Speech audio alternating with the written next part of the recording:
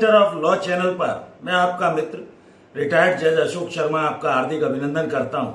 आज मैं confidential report जिसे गोपनीय प्रतिवेदन कहा जाता है, इसके बारे में क्या लॉ है आपको बताने जा रहा हूं। वीडियो अत्यंत महत्वपूर्ण है। जितने भी शासकीय सेवक रहते हैं, कई प्राइवेट कंपनियों में भी परफॉर्मेंस रिपोर्ट लिखी जाती है। साल भर का एनुअल असेसमेंट होता है, क्या आपने काम किया, आपके काम का क्या परफॉर्मेंस है, कैसा आपका लोगों के प्रति व्यवहार है, आप जीवन में कैसे आगे बढ़ सकते हैं, और उसी से प्रमोशन मिलता है। तो नोमेनक्लेचर इज नॉट रेलिवेंट।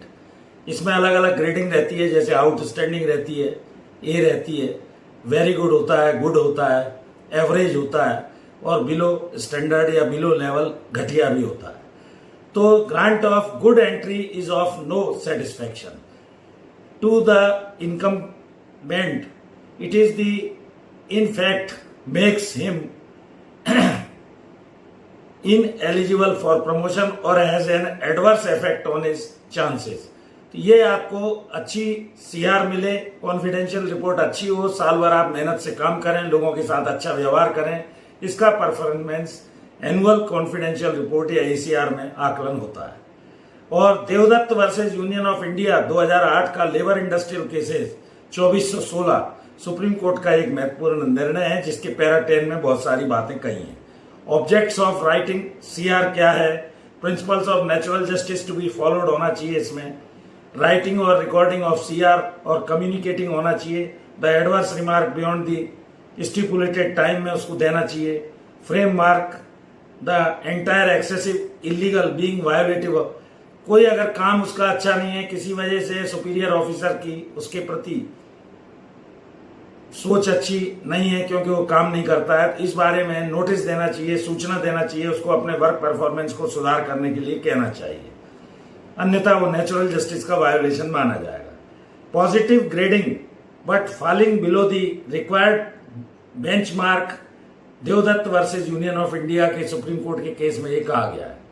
दूसरा, irrespective of benchmark for promotion entries in all cases, whether it is poor है, फेयर है, एवरेज है, गुड है, वेरी गुड है, और आउट ऑफ स्टैंडिंग है, आउटस्टैंडिंग है, शुड बी कम्युनिकेटेड। उसको सूचना, अच्छे बुरे जैसा भी वो काम कर रहा है, इसकी सूचना समय लिमिट तय है, हर जगह के रूल्स बने हुए हैं, उस नियमों के तहत विद इन स्टिपुलेटेड टाइम में सीआर की सूचना, जिससे वो अपने वर्क परफॉर्मेंस को सुधार सके, यह आपको जानना चाहिए।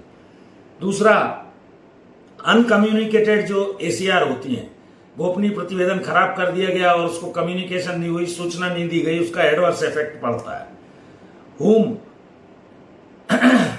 Benefit extended to his juniors पे भी प्रभाव पड़ता है। तो an employee can challenge expunge करने के लिए, विलोपित करने के लिए एम्प्लॉय उसको विद इन स्टिपुलेटेड टाइम आगे की जो भी अथॉरिटी है उनके यहाँ दे सकता है।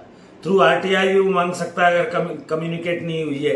तो बायस वाइल राइटिंग एसीआर, बायस नहीं होना चाहिए, अर्थात पक्षपात रहित एसीआर या एनुअल कॉन्फिडेंशियल रिपोर्ट जो साल की लिखी जाती है, जिसे गोपनीय प्रतिवेदन कहा जाता है, उसमें किसी तरह का अधिकारी द्वारा पक्षपात नहीं किया जाना चाहिए, जो उसका काम है।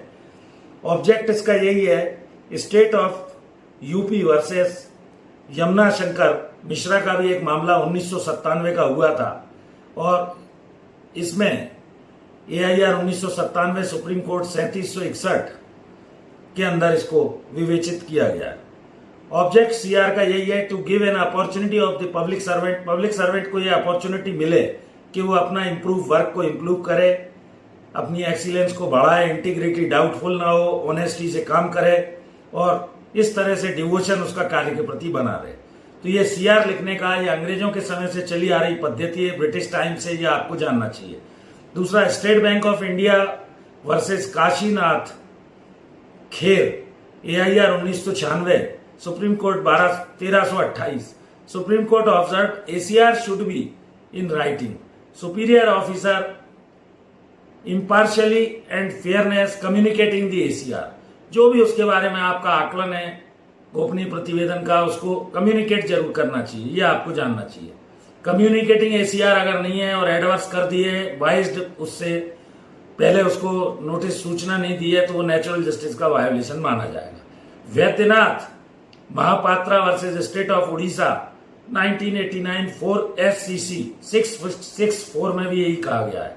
तो communicating low and positive grading, UP जल संसाधन वर्सेस प्रभात चंद्र जैन के मामले में AIR 1996 supreme court 1661 supreme court ने यह ऑब्जर्व किया है। एडवर्स एलिमेंट कंपलसरी कम्युनिकेबल, अर्थात उसे संसूचित जरूर किया जाना चाहिए within stipulated time.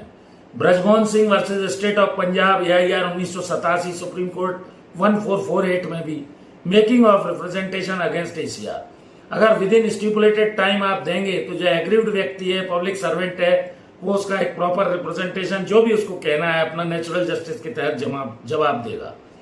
Amarkant Chaudhary versus State of Bihar के मामले में AIR 1984 Supreme Court 531, after giving उसको अगर गिविंग एम एन अपॉर्चुनिटी, सुनवाई का अवसर मिलता है तो वो अपने सर्कमस्टेंसेस को एक्सप्लेन कर सकता है। बायस वाइल राइटिंग ACR, बायस नहीं होना चाहिए। जैसा मैंने बताया, इन all cases that entry poor है, फेयर है, एवरेज है, गुड है, वेरी गुड है, आउटस्टैंडिंग है, तो उसको कम्युनिकेट गवर्नमेंट सर्वेंट या पब्लिक सर्वेंट जो भी है या कंपनी में है उसको जरूर होना चाहिए। Otherwise it is a violating of principle justice, unfair मानी जाएगी, फेयरनेस नहीं होगी, which is the sole criteria of ACR। इस तरह मैंने लेबर आपको साइड से लेकर कॉन्फिडेंशियल रिपोर्ट जो जनरली लिखी जाती है, ये रूल्स में रहती है, कानून के अंतर्गत है। इससे पूरे ओवरऑल परफॉर्मेंस साल का देखा जाता है कि आपने क्या काम किया, कैसा व्यवहार रहा, आपकी इंटीग्रिटी डाउटफुल तो नहीं है, आप कैसा काम कर रहे हैं, उस हिसाब से ये ग्रेड तय होता है। लेकिन कई बार अधिकारी व्यक्तिगत बहुत सी अपनी इच्छाओं को पूर्ण करने के लिए या पूर्ण नहीं हुई तो लोगों की CR को खराब कर देते हैं। ऐसा कभी नहीं होना चाहिए, बायस्ड होता है, नेचुरल जस्टिस का वायोलेशन है। सुप्रीम कोर्ट के जो भी मैंने ऊपर केस लॉज आपको बताया, इनको आपको ध्यान से देखना चाहिए। Devdatt versus Union of India का केस 2008 का, जैसा मैंने बताया। इसके अलावा और भी जो केसेस मैंने बताया वो सब केसों को ध्यान से देखिए। जैसा मैंने अभी बताया, ऑब्जेक्ट CR का यही है, to give an opportunity of a public servant to improve the excellence, integrity उसकी डाइटफुल ना हो। State Bank of India versus Kashinath Kher का केस बताया मैंने। इसके अलावा आपको मैंने यूपी जल संसाधन वर्सेस प्रभात चंद्र का जैन का केस बताया, AIR 1996 का। Brajmohan Singh versus State of Punjab का केस बताया। अमरकांत चौधरी का case versus State of Bihar का AIR 1984। तो बायस नहीं होना चाहिए और उसको अनकम्युनिकेटेड नहीं रहना चाहिए, अन्यथा वो आगे ऊपर की अथॉरिटी या कोर्ट उसको एक्सपंज या विलोपित कर सकती है, क्योंकि इसी से उसका प्रमोशन होता है। CR अच्छी होंगी, 5 साल की देखी जाती है, कंसिडर किया जाता है, जोन ऑफ कंसिडरेशन में 4-5 लोगों को लिया जाता है। कई जगह मेरिट कम सीनियरिटी रहता है, कई जगह सीनियरिटी कम मेरिट रहता है। जैसे भी रूल्स परमिट करते हैं ये आपको जानना चाहिए।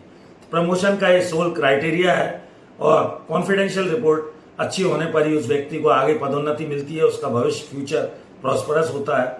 धन्यवाद। इस वीडियो में यहीं तक। एक और विशेष अनुरोध, मेरी धर्मपत्नी श्रीमती अर्चना शर्मा का भी यूट्यूब पर एक चैनल अर्चना RT आपके नाम से है, कृपया उस चैनल को भी सब्सक्राइब करें।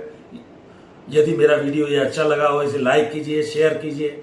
ये जितने भी सर्वेंट, चाहे वो गवर्नमेंट सर्वेंट हो, प्राइवेट हो, सबके लिए उपयोगी सिद्ध होगा, ऐसा मेरा मानना है। जुड़ जाइए पैरामीटर ऑफ लॉ चैनल से। जैसा मैं कहता आ रहा हूं कि ignorance of law is no excuse, कानून आप नहीं जानते ऐसा कहकर आप नहीं बच सकते हैं। फिर मिलते हैं नए विषय के साथ। Thank you for watching this video. नमस्कार।